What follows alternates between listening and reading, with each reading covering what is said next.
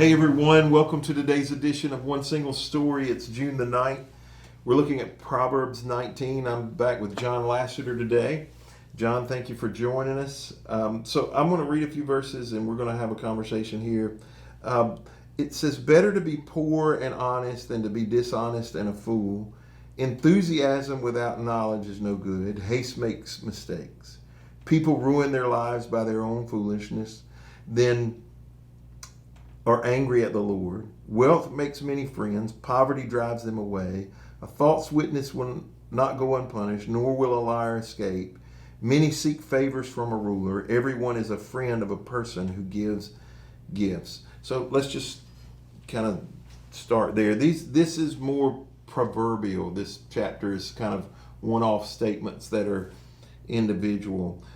So the very first verse says, it's better to be poor and honest than to be dishonest and a fool.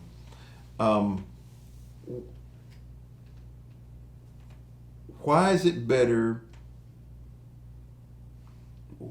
What is the contrast, I guess, between honesty or integrity and wealth?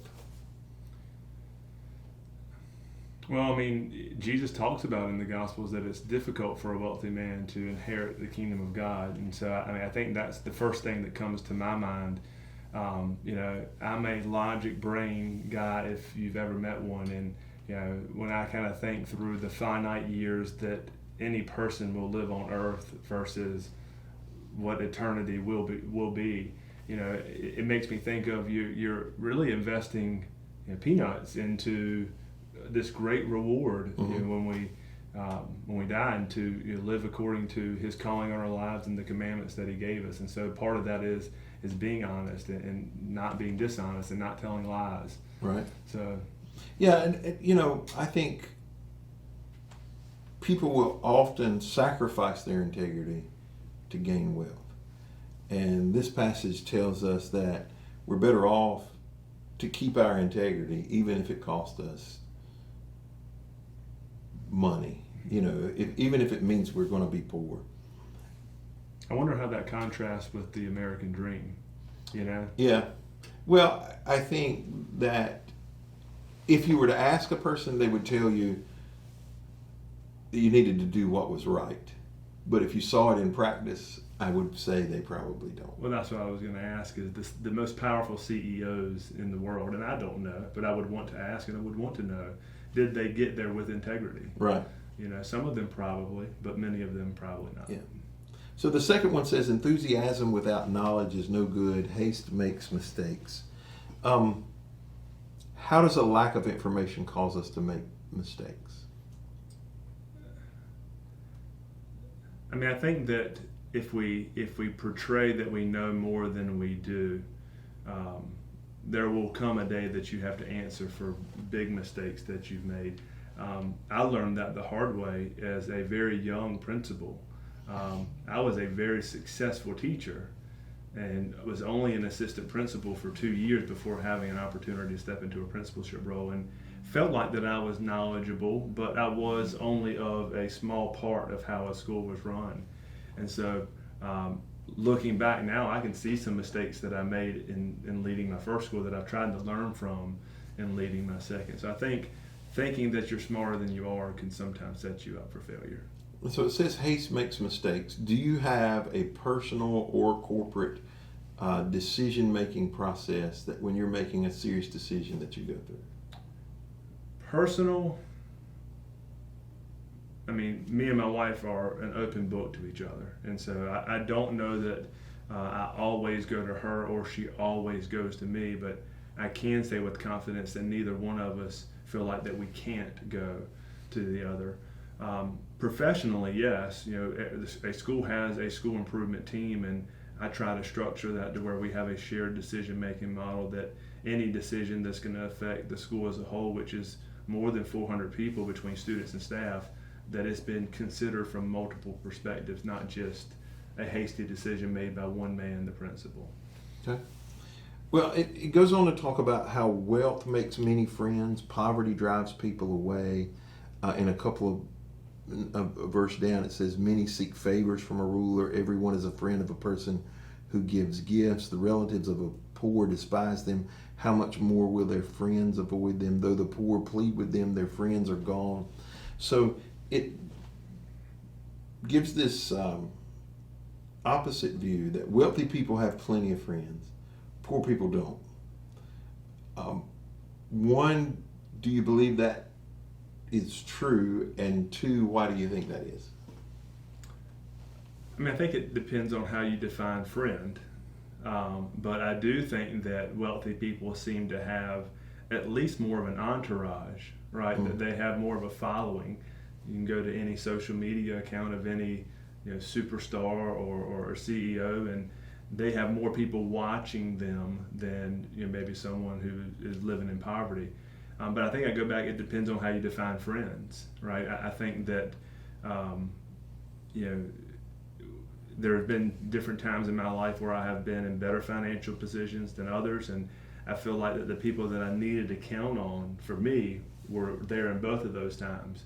But later in life, in the stage that I am now, there have been my circle of influence maybe has grown, and there's more people that I have at least a close association with, if maybe they're not at the same level of some of the friends that I've known my whole life.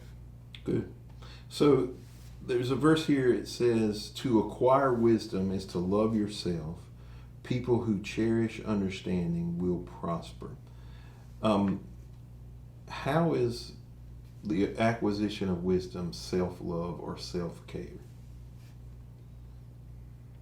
Well, I think we all experience hurts in our lives, and I think some of those are beyond our control, and then I think some of those we bring on ourselves.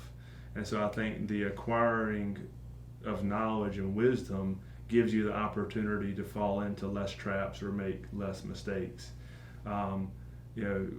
In the educational setting, we talk about professional growth plans and professional development opportunities, and wanting to evolve as educators to make an impact on the kids that we have today, and never really being satisfied with, I'm a really good teacher, but what can I do to be a better teacher? Because the nature of education is always changing, and I think that can be applied to my life personally. The example I give when I'm talking to parents is, I can ask Siri any multiplication question that I want, and it's going to give me the right answer in under 5 seconds. And so I can ask it the state capital of any state, and it's going to give me the answer immediately. And so I try to show them that acquiring wisdom is not knowing facts anymore, but it's developing the ability to think through tough situations and make good decisions. And what am I going to do with those facts? Correct. Even, hey Siri, did X get arrested today? Yeah. That's a fact. Mm-hmm. What am I going to do with that? Requires some wisdom. Is it gossip? Can I help that person? Should I go visit them in prison? Whatever. I think that's important. So it says, and look, you said, "Hey Siri," and my iPad's trying to answer the question. So, and let me see if I can get it to stop. Did X go to prison, by the way? I don't know. So it says, a foolish child is a calamity to a father. Don't worry about it. See? Siri is talking to us, and I'm trying to get it to stop, but it won't. See, we shouldn't have said that. Don't ever say "Hey Siri" in a podcast again. We'll remember that.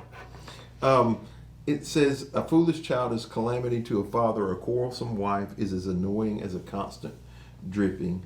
Fathers can give their sons inheritances, houses, and wealth, but only the Lord can give an understanding wife.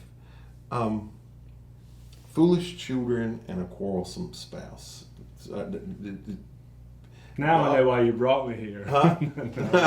Well, no. So your children are fairly small, but you deal with children every day. Why? Let's start with the foolish children. Why is that such a calamity? That's the word it uses. Why is calamity? I don't know. I mean, I think back when I think of foolish children to some of my foolishness growing up.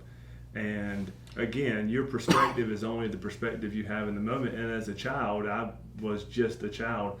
But now that I am a parent, I get to recognize how foolish I was at times. I mean, I think that that's one of my jobs and tasks and calling as a principal is to try to help kids see that foolishness earlier in their lives, so that they avoid, some of the mistakes that I made growing up, or some of the mistakes that they've made once that I don't want them to make again. I say this often in my office. I say the difference between a mistake and a choice is if it happens again. Mm-hmm. And we've all made mistakes. Right. But if you do it again tomorrow, then it's a choice, and we want to avoid that. What do you think it means by a quarrelsome spouse? Someone who's looking to pick fights all the time, who's definitely not, loving their spouse as God's called us to do. And again, I think that goes in both directions. There's probably times in every marriage where both spouses have had a bad day and came in and the buttons better than anybody else, right? That's right. So you can get to them quickly if you need to. Yeah, really quick. Yeah, that's right. So, like a few verses later, because this is one of those passages where it's just one after the other, so they're not really connected. It says, "If you help the poor, you are lending to the Lord, and He will repay you." How is helping the poor lending to the Lord? When you read that, how do you interpret that? Well, I mean, it says if you've given them food or you've given them clothes that you've fed or you've clothed, and as you do for them, you do for the Lord. This brings me back to a Bible study we had when I was in college, and I think that's something I'm so grateful for, that at every stage of my life, even when I veered away, that I had something to pull me back to God.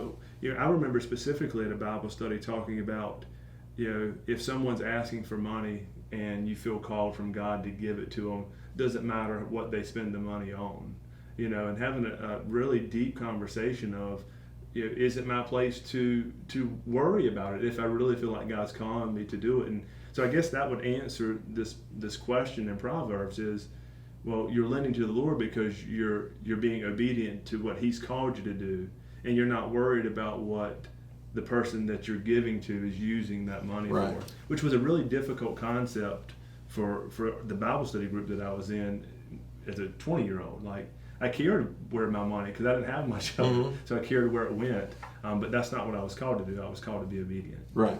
Yeah, I think sometimes we confuse their obedience with our obedience. Yeah. If they're disobedient with what God told you to be obedient to, you've done your part.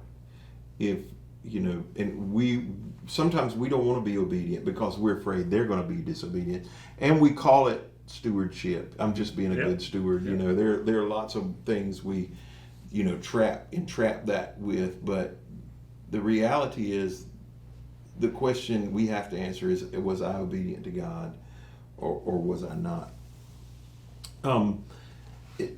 It later says, discipline your children while there is hope, otherwise you will ruin their lives. You deal with children every day. Discipline, I'm sure, looks different today than it did when you were a student. Did you go to the same school? I did. Okay. And it looks different than it did when you were in school, which looked different than when I was in school. When I was in school, corporal punishment was still a thing. Yeah. And so, what is the value of discipline, and what does it mean while there is still hope? So the value of discipline is learning right from wrong, and not falling into traps that could literally ruin your life. I have this conversation often. In fact, it's partially connected to the dissertation I'm writing and trying to be more culturally responsive, is that what discipline looks like in my home isn't the same in every home of the students that I serve.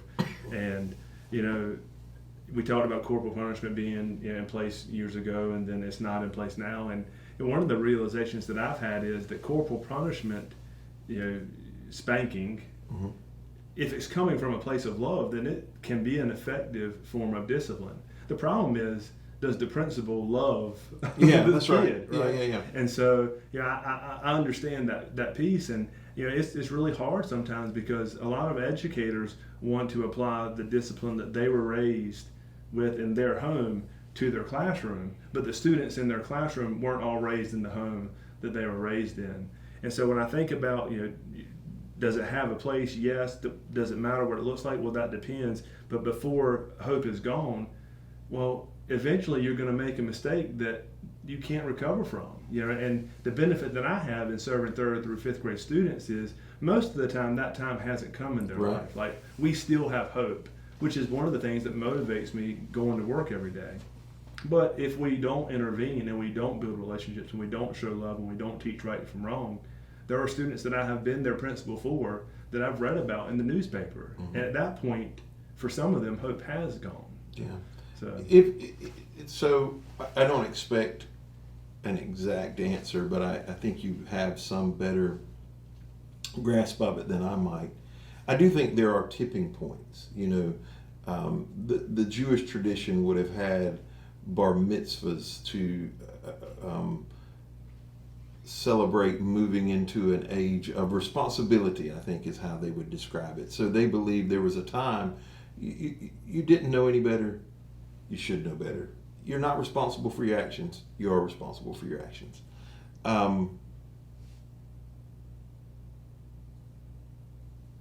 In your experience, maybe in your educated experience, maybe in what you're learning right now, what is that critical tipping point? Does it look like? I don't think that there's a specific age, but I do think that, science talks about that the brain doesn't develop into our 20s. What I do think is important is that we consider that, A, we all come from a different culture, and B, that trauma can impact a way a student or a person behaves.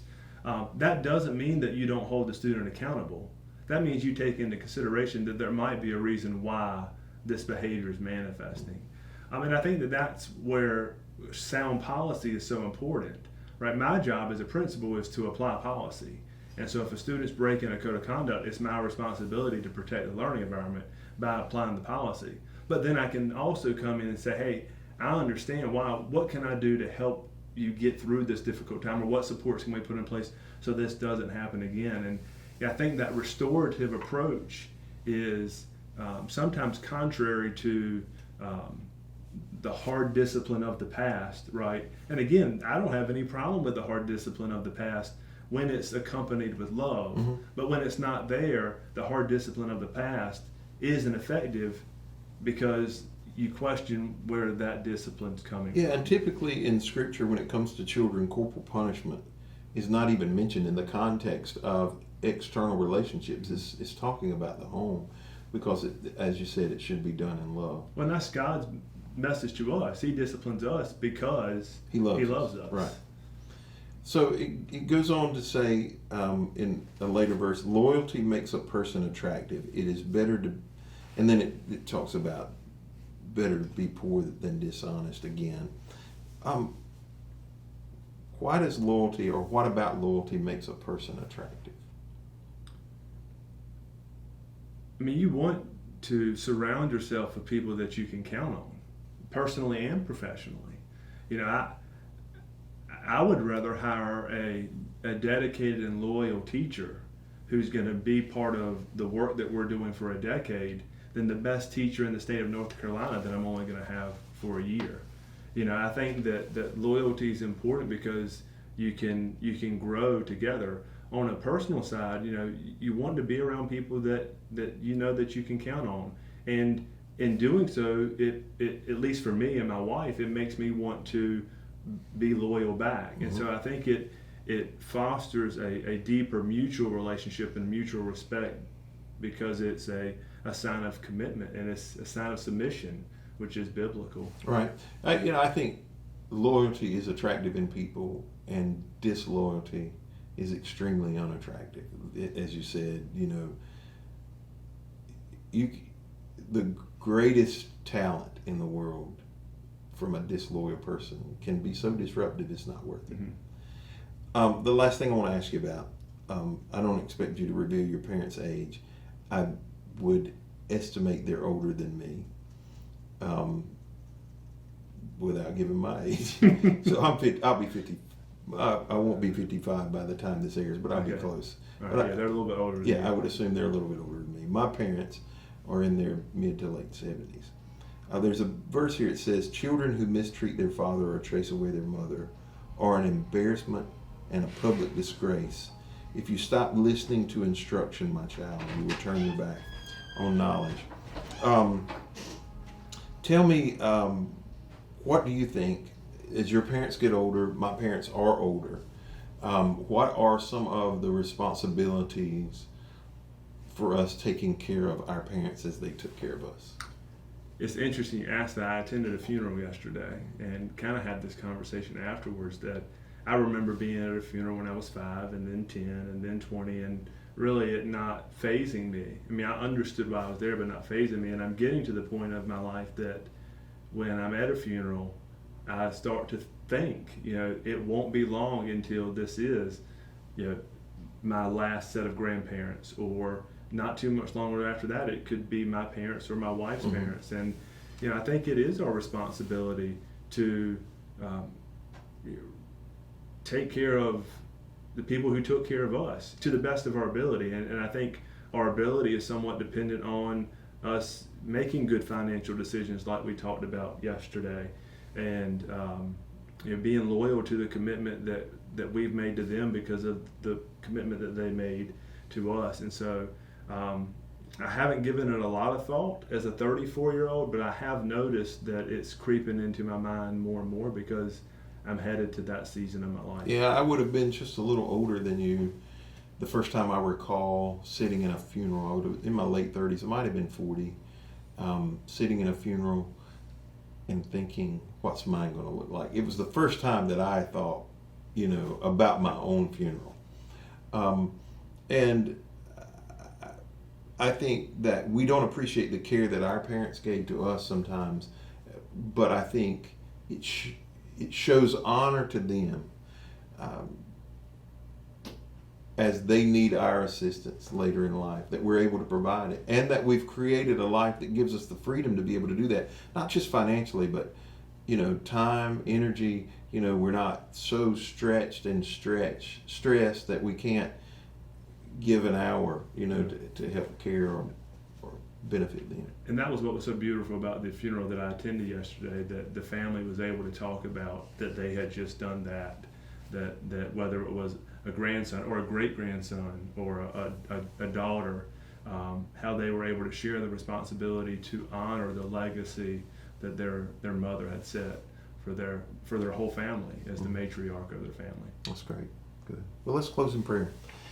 Father, thank you for the Proverbs that give us such insight in such few words about how we should honor our parents and be better parents, and how we should have integrity and the value of being people of integrity and being good spouses. God, help us to understand the value of helping those who are in need.